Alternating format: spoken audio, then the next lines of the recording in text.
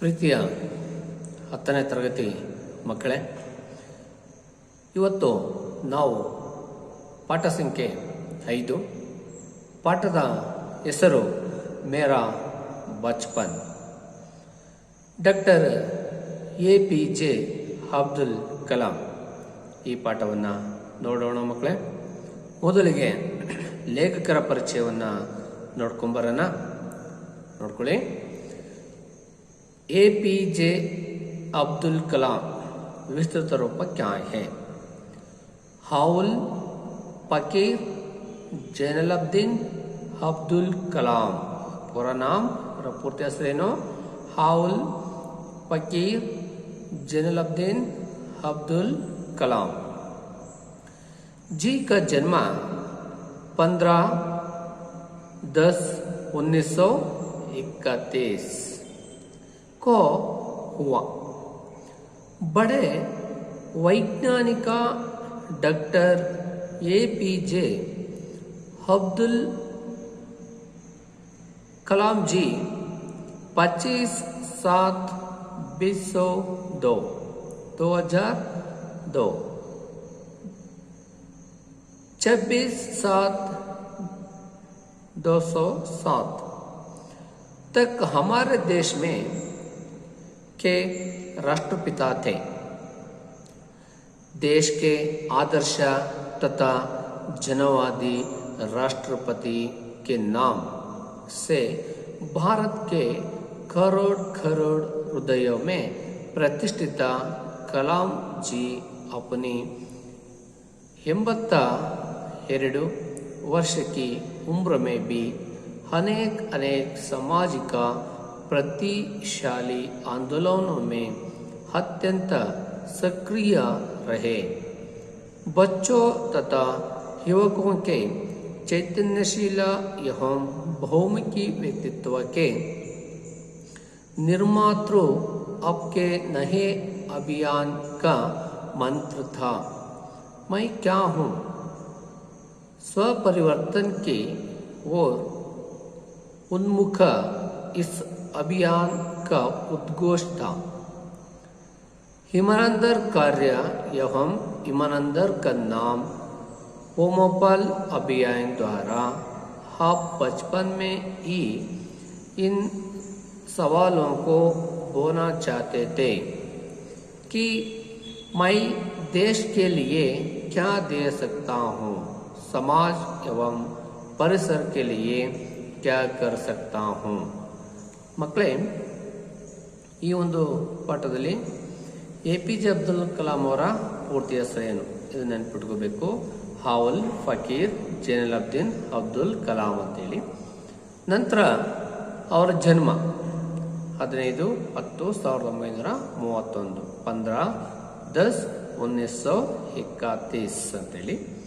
Next ಬಾದ್ಮೇ 25/7/2002 से 24/7/2007 तक हमारे देश के ರಾಷ್ಟ್ರಪತಿ ತೆ. ಈ ಒಂದು ಅವಧಿ ಒಳಗಡೆ ನಮ್ಮ ದೇಶದ ರಾಷ್ಟ್ರಪತಿಯಾಗಿ ಕೆಲಸವನ್ನು ನಿರ್ವಹಿಸಿದರು.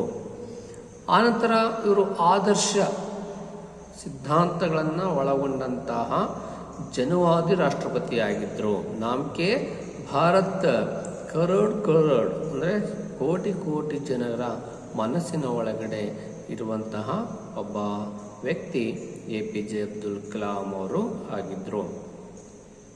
ಪ್ರತಿಷ್ಠಿತ ಕಲಾಂಜಿ ಇವರು ಕನಿಷ್ಠ 82 ವರ್ಷ ಉಮ್ರ ಅನೇಕ ಸಾಮಾಜಿಕ ಪ್ರಗತಿಶೀಲ ಆಂದೋಲನ ಮೇ ಅತ್ಯಂತ ಸಕ್ರಿಯ ರಹೆ ಹೇ. ಇವರು ಸಮಾಜದ ಒಳಗಡೆ ಅತ್ಯಂತ ಸಕ್ರಿಯವಾಗಿ ಮತ್ತು ಬಹಳ ಚಲನಾಶೀಲರಾಗಿ ಸಮಾಜದ ಪ್ರಗತಿಗೋಸ್ಕರ ಸಂಘಗಳನ್ನು ಕಟ್ಕೊಂಡು ಆಂದೋಲನವನ್ನು ಮಾಡಿ ಚಳುವಳಿಗಳನ್ನು ಕಟ್ಟಿ ಮೇಲು ಸ್ತರಕ್ಕೆ ಬರೋದಲ್ಲಿ ಪ್ರಯತ್ನವನ್ನು ಪಟ್ಟಂಥ ಸಾಲಿಗೆ APJ ಅಬ್ದುಲ್ ಕಲಾಂ ಅವರು ಸೇರ್ತಾರೆ.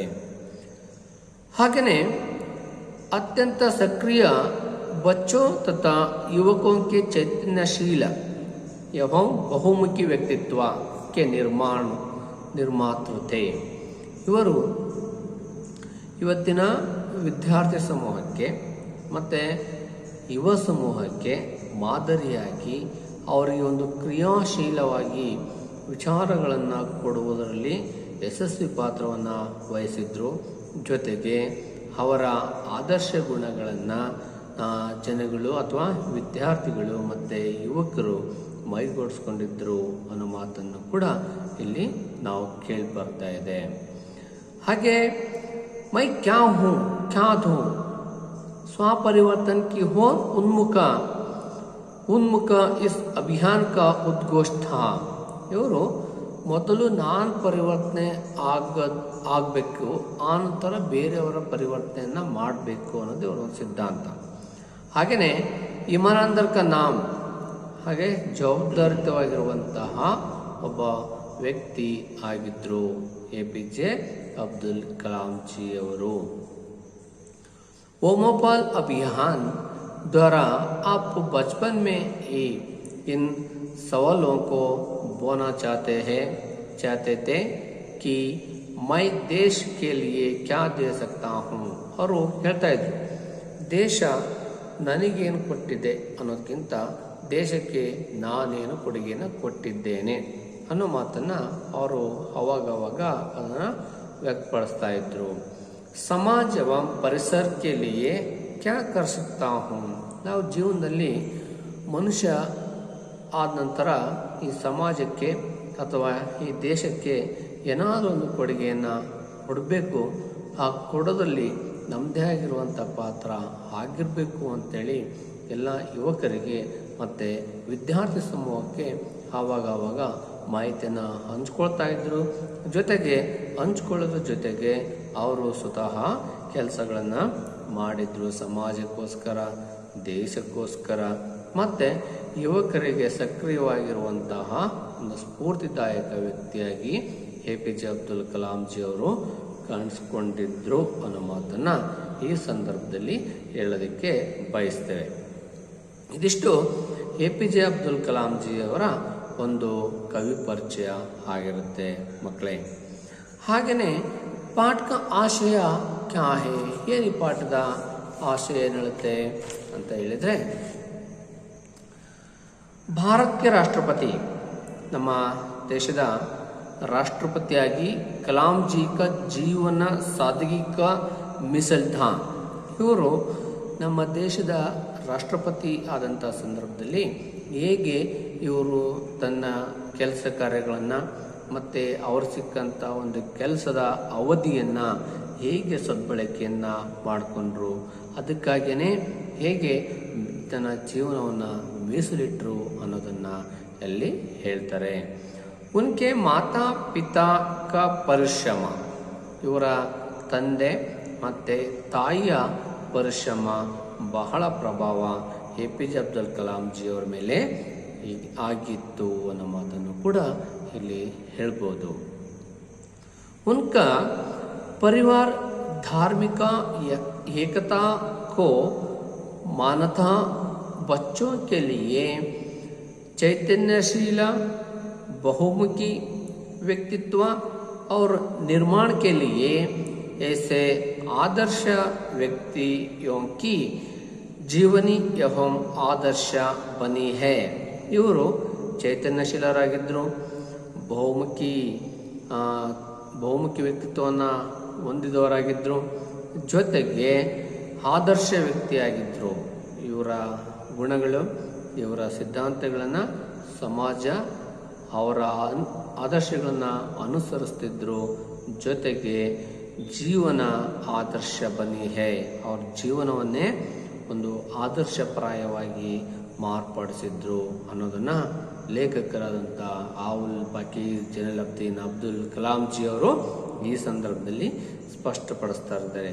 ಹಾಗಾಗಿ ಈ ಪಾಠದಿಂದ ತಿಳಿದುಕೊಳ್ಳುವಂಥ ವಿಚಾರ ಏನಪ್ಪ ಅಂತ ಹೇಳಿದರೆ, ನಾವು ಕೂಡ ನಮ್ಮ ಏನು ಒಂದು ಸಾದಗಿ ಅಂದರೆ ಗೆಳೆತನ, ಅವರ ಸಹಿಷ್ಣುತಾ, ಅವ್ರ ಮಿಲ್ಜುಲ್ಕರ್ ಎಲ್ಲರ ಜೊತೆ ಕೂಡಿ ಬಾಳುವಂಥದ್ದು, ರಹನ ಅಂತ ಒಂದು ಶಕ್ತಿಯನ್ನು ವೃದ್ಧಿಸ್ಕೊಳ್ಳುವಂಥದ್ದು, ಅವ್ರ ಕಿತಾಬೆ ಪುಸ್ತಕಗಳನ್ನು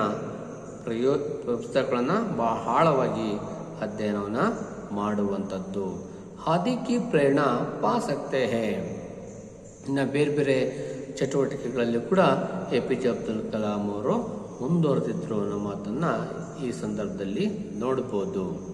ಮಕ್ಕಳೇ, ಈಗ ನಾವು ಪಾಠವನ್ನು ನೋಡ್ತಾ ಹೋಗೋಣ. इस पाठ के द्वारा छात्र सादगी, धार्मिक सहिष्णुता, मिलजुल कर रहना और किताबें पढ़ाने का प्रयोजन आदि की प्रेरणा पा सकते हैं. मेरा जन्म मद्रास राज्य अब तमिलनाडु के रामेश्वरम कस्बे में एक मध्यम वर्गीय परिवार में हुआ था. मेरे पिता जैनुलब्दीन की कोई बहुत अच्छी औपचारिक शिक्षा नहीं हुई थी और ना ही कि वे कोई बहुत धनी व्यक्ति थे, और इसके बावजूद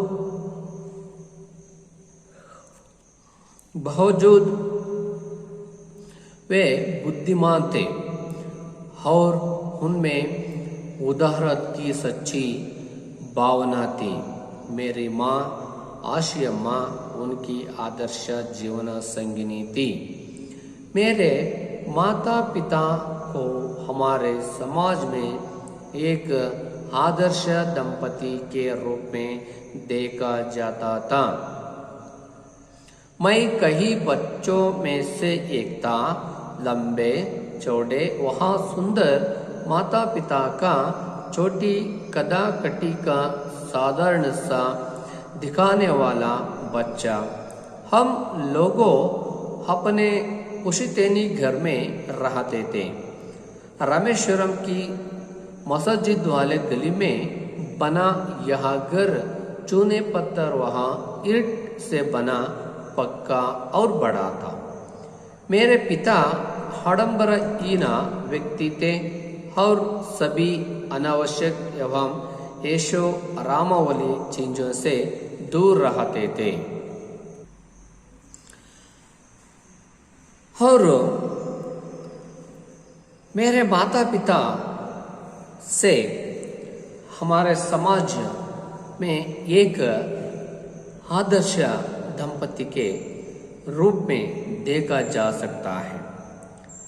भावनात्मक दोनों ही दृष्टियों से मैं प्राय अपनी माँ के साथ ही रसोई में नीचे बैठकर खाना खाया करता था. वे मेरे सामने केले का पत्ता बिछाती और फिर उस पर चावल एवं सुगंधित स्वादिष्ट सांभर डालती. साथ में घर का बना अचार और नारियल की ताजी चटनी भी होती. प्रतिष्ठित शिव मंदिर, जिसके कारण रामेश्वरम प्रसिद्ध तीर्थस्थल है, का हमारे घर से 10 मिनट का पैदल रास्ता था. जिस इलाके में हम रहते थे वहाँ मुस्लिम बहुल था, लेकिन वहाँ कुछ हिंदू परिवार भी थे जो अपने मुसलमान पड़ोसियों के साथ मिलजुल कर रहते थे. हमारे इलाके में एक बहुत ही पुरानी मस्जिद थी जहाँ शाम को नमाज के लिए मेरे पिताजी मुझे अपने साथ ले जाते थे. रामेश्वरम मंदिर के सबसे बड़े पुजारी पक्षी लक्ष्मण शास्त्री मेरे पिताजी के अभिन्न मित्र थे. आध्यात्मिक मामलों पर चर्चाएं करते रहते। जब मैं प्रश्न पूछने लायक बड़ा हुआ तो मैंने पिताजी से नमाज के प्रासंगिकता के बारे में पूछ वे कहते, जब तुम नमाज पढ़ते हो तो तुम अपने शरीर से इतर ब्रह्मांड का एक हिस्सा बना जाते हो, जिसमें दौलत, आयु, जाति या धर्म, पंथ का कोई भेदभाव नहीं हुआ था। मुझे याद है पिताजी की दिनचर्या पढ़ने के पहले ही सुबह 4 बजे नमाज पढ़ने के साथ शुरू हो जाती थी। नमाज के बाद वे हमारे नारियल के बाग जाया करते थे। भाग घर से करीब 4 मीला दूर था। करीब दर्जना भर नारियल कंधे पर लिए पिताजी घर लौटते और उसके बाद ही उनका नाश्ता होता है। ವಿದ್ಯಾರ್ಥಿಗಳೇ, ಈಗ ಈ ಒಂದು ಪಾಠದ ಉಳಿದಂಥ ಭಾಗವನ್ನು ಮುಂದಿನ ಅವಧಿಯಲ್ಲಿ ನಾವು ನೋಡೋಣ. ಈಗ ಇದರ ಒಂದು ಹಿಂದಿ ಸಾರಾಂಶವನ್ನು ನೋಡ್ಕೊಳ್ಳಿ. मेरे बचपन पाठ भ्रातृत्व राष्ट्रपति APJ अब्दुल कलाम की आत्मकथा है। वे सही में भारत रत्न ही थे।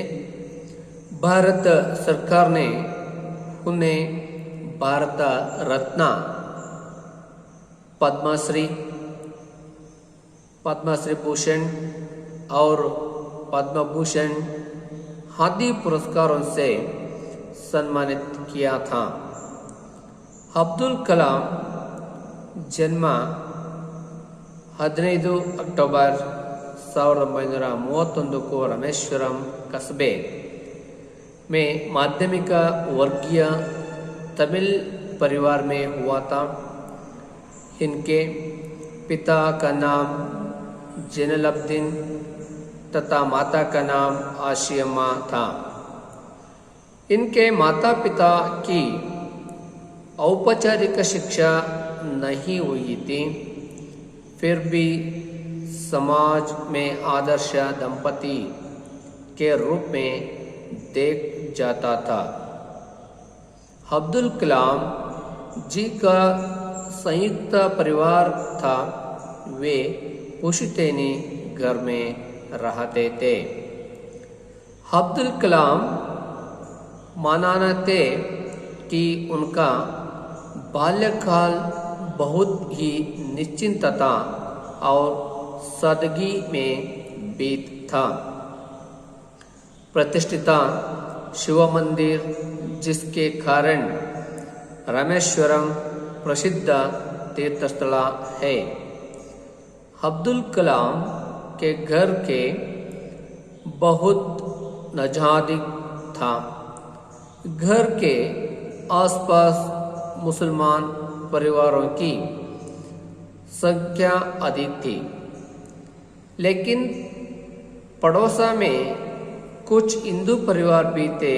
दोनों धर्म में लोगों आपस में मिलजुल कर रहते थे। रामेश्वरम मंदिर के सबसे बड़े पुजारी पक्षी लक्ष्मण शास्त्री अब्दुल कलाम के पिता के अभिन्न मित्र थे।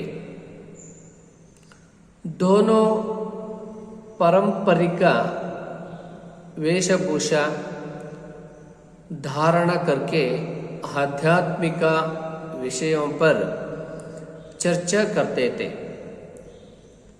नमाज का महत्व बताते हुए अब्दुल कलाम के पिता कहते, जब तुम नमाज पढ़ते हो तो अपने शरीर से इतर ब्रह्मांड का एक हिस्सा बना जाते हो, जिसमें दौलत, आयु, जाति, धर्म, पंथा का कोई भेदभाव नहीं होती है.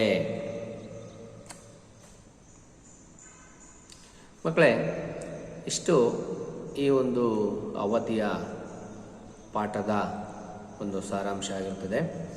ನಾವು ಈಗ ನೋಡೋದಾದರೆ ಅದರ ಕನ್ನಡದಲ್ಲಿ ವಿಶ್ಲೇಷಣೆಯನ್ನು ಮಾಡ್ತಾ ಹೋಗೋಣ. ಎಲ್ಲರೂ ಕೂಡ ಪುಸ್ತಕವನ್ನು ನೋಡ್ಕೊಳ್ಳಿ.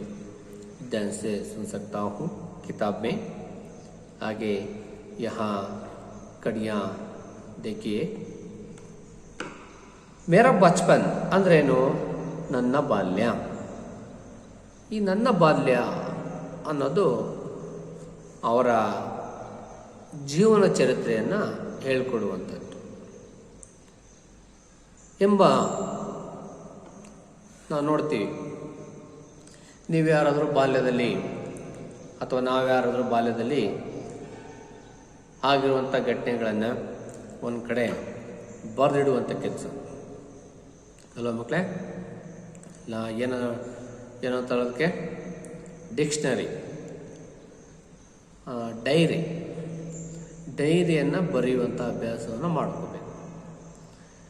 ಅಭ್ಯಾಸ ಮಾಡ್ಕೊಂಡ್ರೆ ನಮ್ಮ ದಿನಾಚರಿ ಬೆಳಗ್ಗಿಂದ ಸಂಜೆವರೆಗೂ ಒಳ್ಳೆಯದು ಕೆಟ್ಟದ್ದು ಅವನ್ನೆಲ್ಲವೂ ಕೂಡ ಒಂದು ಕಡೆ ಬರೆದಿಡುವಂಥ ಅಭ್ಯಾಸವನ್ನು ಮಾಡ್ಕೋಬೇಕು. ಆವಾಗ ಏನಾಗುತ್ತೆ, ನಾವು ಒಂದು ಕಡೆ ದೊಡ್ಡ ವ್ಯಕ್ತಿ ಆದಾಗ ಅವೇನಾಗ್ತವೆ, ನಮ್ಮ ಬಾಲ್ಯ ನೆನಪುಗಳನ್ನು ಮರುಕಳಿಸೋದಕ್ಕೆ ಆ ಡೈರಿ ನಮಗೆ ಸಹಾಯ ಆಗುತ್ತೆ ಎಂಬ ಮಾಜಿ ರಾಷ್ಟ್ರಪತಿಯಾದಂತಹ APJ ಅಬ್ದುಲ್ ಕಲಾಂ, ಆವುಲ್ ಫಕೀರ್ ಜೈನುಲಾಬ್ದೀನ್ ಅಬ್ದುಲ್ ಕಲಾಂ ಅವರ ಆತ್ಮಕಥೆ. ಅವರು ನಿಜವಾದ ಅರ್ಥದಲ್ಲಿಯೂ ಕೂಡ ಭಾರತ ರತ್ನವೇ, ನಮ್ಮ ದೇಶದ ಒಂದು ಭಾರತ ರತ್ನ ಆಗಿದ್ದರು. ಭಾರತ ಸರ್ಕಾರವು ಇವರಿಗೆ ಭಾರತ ರತ್ನ, ಪದ್ಮ ವಿಭೂಷಣ ಹಾಗೂ ಪದ್ಮಭೂಷಣ ಮುಂತಾದ ಪ್ರತಿಷ್ಠಿತ ನಾಗರಿಕ ಪ್ರಶಸ್ತಿಗಳನ್ನು ಕೊಟ್ಟು ಸನ್ಮಾನಿಸಿದೆ. ನೋಡಿ, ಎಲ್ಲರಿಗೂ ಕೂಡ ಎಲ್ಲ ರಾಷ್ಟ್ರಪತಿಗಳಿಗೂ ಈ ಥರ ಪ್ರಶಸ್ತಿಗಳನ್ನು ಕೊಡೋದಕ್ಕಾಗೋದಿಲ್ಲ. ಅವ್ರು ಮಾಡಿದಂಥ ಸಾಧನೆ, ಅವರು ಸಮಾಜಕ್ಕೆ ಕೊಟ್ಟಂಥ ಕೊಡುಗೆ, ಅವರು ಈ ಯುವ ಜನತೆಗೆ ನೀಡಿದಂಥ ಸಂದೇಶದ ಆಧಾರದ ಮೇಲೆ ಅವರಿಗೆ ಜನ ಮತ್ತು ಸರ್ಕಾರ ಅವರಿಗೆ ಪುರಸ್ಕಾರಗಳನ್ನು ನೀಡಿದೆ. ಅವು ಅತ್ಯುನ್ನತ ನಾಗರಿಕ ಪ್ರಶಸ್ತಿಗಳಾಗಿದ್ದಾವೆ. ಅಬ್ದುಲ್ ಕಲಾಂ ಅವರು ಚಿಕ್ಕವರಿದ್ದಾಗ ಅವರ ಬಾಲ್ಯ ಜೀವನ ರಾಮೇಶ್ವರಂ ಎಂಬ ಚಿಕ್ಕ ನಗರದಲ್ಲಿ ಮಧ್ಯಮ ವರ್ಗದ ತಮಿಳು ಕುಟುಂಬದಲ್ಲಿ ಜನಿಸ್ತಾರೆ. ಇವರು ತಂದೆ ಮತ್ತು ತಾಯಿ ಜೈನುಲಾಬ್ದೀನ್, ತಾಯಿ ಆಶಿಯಮ್ಮ ಆಗಿದ್ದರು. ಇವರ ತಂದೆ ತಾಯಿ ಔಪಚಾರಿಕ ಶಿಕ್ಷಣ ದೊರಕಿರಲಿಲ್ಲ. ಔಪಚಾರಿಕ ಮತ್ತು ಅನೌಪಚಾರಿಕ ಅಂತೇಳಿ ಕರಿತೀವಿ ನಾವು. ಅತಿ ಹೆಚ್ಚು ಉನ್ನತ ಶಿಕ್ಷಣವನ್ನು ಪಡೆದಿಲ್ಲ, ಶಿಕ್ಷಣವಂತರಲ್ಲ. ಆದರೂ ಕೂಡ ಇವರು ಒಬ್ಬ ಆದರ್ಶ ವ್ಯಕ್ತಿಗಳಾಗಿದ್ದರು. ಇವರು ಸಮಾಜದಲ್ಲಿ ಆದರ್ಶ ದಂಪತಿಗಳಂತೆ ನೋಡುತ್ತಿದ್ದರು. ಆದರ್ಶ ದಂಪತಿಗಳಂದ ತಕ್ಷಣ ನೆನಪಿ ಬರುತ್ತೆ, ಇವತ್ತಿನ ದಿನಮಾನಗಳಲ್ಲಿ TV ಮಾಧ್ಯಮದಲ್ಲಿ ಬರುವಂತಹ ಆದರ್ಶ ದಂಪತಿಗಳು ಇವರಲ್ಲ. ಇವರು ಸಮಾಜ ಬಿಂಬಿಸುವಂಥ ಆದರ್ಶ ದಂಪತಿಗಳು ಆಗಿದ್ದರು. ಜೈನುಲಾಬ್ದೀನ್ ಮತ್ತು ಆಶಿಯಮ್ಮ. ಅವರ ಪುತ್ರನೇ ಆವುಲ್ ಫಕೀರ್ ಜೈನುಲಾಬ್ದೀನ್ ಅಬ್ದುಲ್ ಕಲಾಂ ಆಗಿದ್ದರು. ಅಬ್ದುಲ್ ಕಲಾಂ ಅವರು ಅವಿಭಕ್ತ ಕುಟುಂಬದಲ್ಲಿ ಬೆಳೆದಿದ್ದರು. ಈಗ ಕುಟುಂಬ ಅಂತೇಳಿ ಬಂದ ತಕ್ಷಣ ಅವಿಭಕ್ತ ಕುಟುಂಬ ಮತ್ತು ವಿಭಕ್ತಿ ಕುಟುಂಬ ಅಂತೇಳಿ ನೋಡ್ತೀವಿ ನಾವು. ಅವಿಭಕ್ತ ಅಂತ ಹೇಳಿದ್ರೆ ನಮ್ಮ ಕುಟುಂಬದ ಎಲ್ಲ ಸದಸ್ಯರು, ತಂದೆ ತಾಯಿ ಮಕ್ಕಳು, ಅಜ್ಜ ಅಜ್ಜಿ, ಚಿಕ್ಕಪ್ಪ ದೊಡ್ಡಪ್ಪ ಸಣ್ಣಪ್ಪ ಎಲ್ಲರೂ ಕೂಡ ವಾಸವಾಗಿರುವಂಥ ಒಂದು ಕುಟುಂಬವನ್ನು ಅವಿಭಕ್ತ ಕುಟುಂಬ ಅಂತೇಳಿ ಕರಿತೀವಿ. ವಿಭಕ್ತ ಅಂತೇಳಿದರೆ ಗಂಡ ಹೆಂಡತಿ ಮಗು ಇರುವಂಥದ್ದನ್ನು ವಿಭಕ್ತ ಕುಟುಂಬ ಅಂತೇಳಿ ಕರಿತೀವಿ. ಆದರೆ ಇಲ್ಲಿ ಅವಿಭಕ್ತ ಕುಟುಂಬದಲ್ಲಿ ಬೆಳೆದಿದ್ದಂಥದಕ್ಕೆ ಒಂದು ಶಿಕ್ಷಣ, ಯೂನಿವರ್ಸಿಟಿ. ಅವಿಭಕ್ತ ಕುಟುಂಬ ಅಂದರೆ ಒಂದು ಯೂನಿವರ್ಸಿಟಿ ಇದ್ದಂಗೆ. ಅಲ್ಲಿ ಒಬ್ಬರು ಒಂದಲ್ಲ ಒಂದು ರೀತಿಯ ಒಂದು ಶಿಕ್ಷಣವನ್ನು ಮನೆಯಲ್ಲಿ ಕೊಡ್ತಾನೆ ಇರ್ತಾರೆ. ಜ್ಞಾನ ಸಿಗುತ್ತೆ, ಕೆಲಸಗಳು ಕಲಿಯೋದು ಭಾಳ ಸರಳವಾಗಿ ಗೊತ್ತಾಗುತ್ತೆ. ಹಾಗಾಗಿ ಭಾರತ ಅವಿಭಕ್ತ ಕುಟುಂಬಗಳಿಂದ ಹೊಂದಿರುವಂಥ ದೇಶ ಆಗಿತ್ತು. ಇತ್ತೀಚೆಗೆ ವಿಭಕ್ತ ಕುಟುಂಬಗಳ ಸಂಖ್ಯೆ ಹೆಚ್ಚಾಗ್ತಾ ಇದೆ. ಹಾಗಾಗಿ ಇಲ್ಲಿ ಅವರು ಒಂದು ಯೂನಿವರ್ಸಿಟಿ ಅಂತೇಳಿ ಕರಿತೀವಿ. ಅಲ್ಲಿ ಕಲ್ತಿರೋ ವಿಚಾರಗಳನ್ನು ಅವರ ಮುತ್ತಜ್ಜನ ಮನೆಯಲ್ಲಿ ವಾಸವಾಗಿದ್ದರು. ಅವರ ಅಪ್ಪ, ಅವ್ರ ತಾತ ಅವರ ಮನೆಯಲ್ಲಿ ವಾಸವಾಗಿದ್ದರು. ಅಬ್ದುಲ್ ಕಲಾಂ ಅವರು ಬಾಲ್ಯದಲ್ಲಿ ಸರಳ ಜೀವಿಯಾಗಿ ಹಾಗೂ ನಿಶ್ಚಿತತೆಯಾಗಿ ತಮ್ಮ ಜೀವನವನ್ನು ನಡೆಸುತ್ತಿದ್ದರು. ಆಡಂಬರ ಇರಲಿಲ್ಲ, ಭಾಳ ಸರಳ ಸಜ್ಜನಿಕೆಯ ವ್ಯಕ್ತಿ. ಹಾಗೆಯೇ ಇವರು ಜೀವನ ಶೈಲಿನೂ ಕೂಡ ಭಾಳ ಸರಳವಾಗಿರುವಂಥದ್ದು ಎಂದು ಇವರು ಒಪ್ಪಿಕೊಳ್ತಾ ಇದ್ದರು. ಹೆಸರಾದಂತಹ ಶಿವಮಂದಿರ ರಾಮೇಶ್ವರಂನಿಂದ ಇವರ ಮನೆ ತುಂಬ ಹತ್ತಿರದಲ್ಲಿತ್ತು. ಇದೊಂದು ಪ್ರವಾಸೋದ್ಯಮ ಸ್ಥಳ ಆಗಿತ್ತು. ಆ ಶಿವಮಂದಿರ ಇವರು ಮನೆಯಿಂದ ಸ್ವಲ್ಪ ಹತ್ತಿರದಲ್ಲೇ ಇತ್ತು ಅನ್ನೋದನ್ನು ಇಲ್ಲಿ APJ ಅಬ್ದುಲ್ ಕಲಾಂಜಿಯವರು ಆತ್ಮಕಥಾ ಮೇರಿ ನನ್ನ ಬಾಲ್ಯ ಆತ್ಮಕಥಾ ಅನ್ನೋದರಲ್ಲಿ ಹೇಳ್ಕೊಡ್ತಾ ಇದ್ದಾರೆ. ಇವರು ಮನೆಯ ಸುತ್ತಮುತ್ತ ಮುಸ್ಲಿಂ ಕುಟುಂಬದ ಸಂಖ್ಯೆ ಹಾಗೂ ನೆರೆಹೊರೆಯಲ್ಲಿ ಕೆಲವೇ ಹಿಂದೂ ಕುಟುಂಬಗಳ ಮನೆಗಳು ಇದ್ದರೂ ಕೂಡ ಎರಡೂ ಧರ್ಮದ ಜನರು ಪರಸ್ಪರ ಕೂಡಿ ಬಾಳುತ್ತಿದ್ದರು. ಇಲ್ಲಿ ಭಾರತ ದೇಶ ಅಂತ ಬಂದಾಗ ಬಹುಭಾಷೆಗಳ ದೇಶ ಭಾರತ. ಆಮೇಲೆ ಬೇರೆ ಬೇರೆ ಜಾತಿ ವ್ಯವಸ್ಥೆಯನ್ನು ಹೊಂದಿರುವಂಥ ದೇಶ ಭಾರತ. ವಿವಿಧತೆಯಲ್ಲಿ ಏಕತೆಯನ್ನು ಕಾಣ್ತಿರುವಂಥ ಒಂದು ದೇಶ ಭಾರತ ಆಗಿದೆ.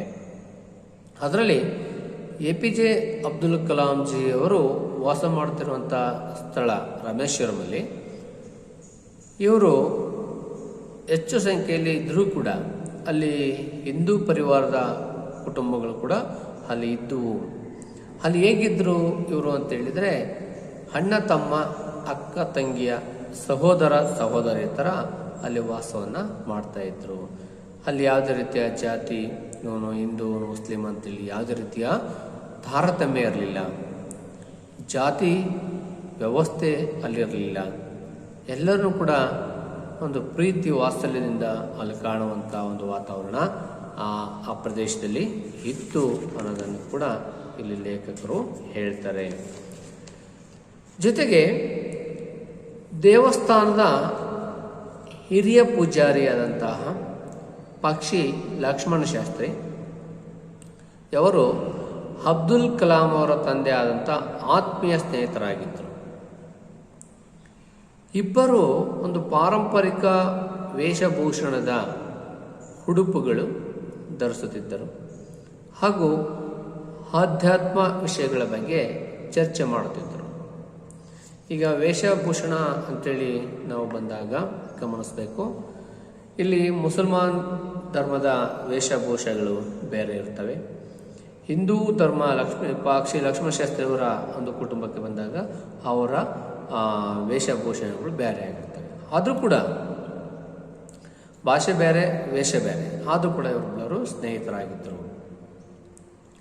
ಒಂದು ಪಾರಂಪರಿಕ ಅಂದರೆ ಅದಕ್ಕೊಂದು ಇತಿಹಾಸ ಉಳ್ಳಂಥ ವೇಷಗಳನ್ನು ಇವರು ಹಾಕ್ತಾಯಿದ್ರು, ಉಡುಪುಗಳನ್ನು. ಮತ್ತು ಆಧ್ಯಾತ್ಮಿಕ ವಿಷಯಗಳ ಬಗ್ಗೆ ಒಂದು ಚರ್ಚೆ ಮಾಡ್ತಾಯಿದ್ರು. ಆ ಧರ್ಮದ ಬಗ್ಗೆ ಇವರು ಕೇಳುವಂಥದ್ದು, ಇವರ ಹಿಂದೂ ಧರ್ಮದ ಬಗ್ಗೆ ಕಲಾಂ ಅವರ ತಂದೆಯವರು ಕೇಳುವಂಥದ್ದು ಬಹಳ ವಿಸ್ಮಯವಾಗಿರುವಂಥದ್ದು. ಯಾಕೆಂದರೆ ಒಂದು ಧರ್ಮದಲ್ಲಿ ಇನ್ನೊಂದು ಥರ ಇರಲ್ಲ, ಆ ಧರ್ಮದ ಕಟ್ಟುಪಾಡುಗಳು ಬೇರೆ ಬೇರೆ ಇರ್ತವೆ. ಹಿಂದೂ ಧರ್ಮದ ಕಟ್ಟುಪಾಡುಗಳು ಬೇರೆ ಇರ್ತವೆ, ಅದನ್ನು ಇಲ್ಲಿ ಚರ್ಚೆ ಮಾಡ್ತಾ ಇದ್ರು ಅನ್ನೋ ಮಾತನ್ನು APJ ಅಬ್ದುಲ್ ಕಲಾಂಜಿ ಅವರು ಈ ಒಂದು ಆತ್ಮಕಥಾ ಒಂದು ಪಾಠದಲ್ಲಿ ಹೇಳ್ತಾ ಹೋಗ್ತಾರೆ.